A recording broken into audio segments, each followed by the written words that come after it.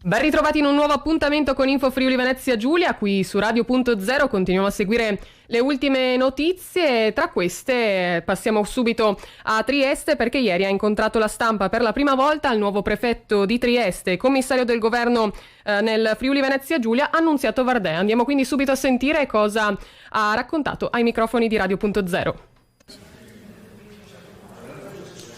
Intanto un saluto a tutti i triestini. Io sono felice di essere qui a Trieste, una città molto bella, una città grande che vive un momento particolare, e ci metterò tutto l'impegno per contribuire a restituire serenità ai triestini, per poi affrontare tutti i dossier, tutte le problematiche che sempre un territorio importante come quello di Trieste presenta.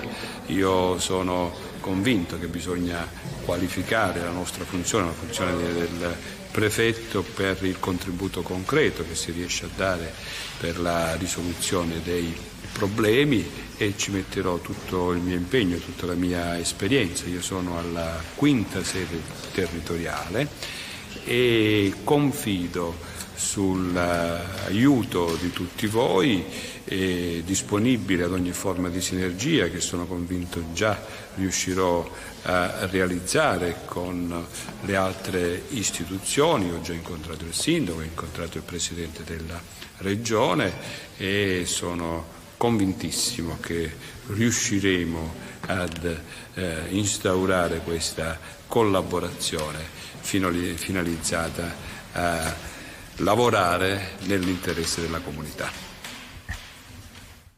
Grazie al nuovo prefetto.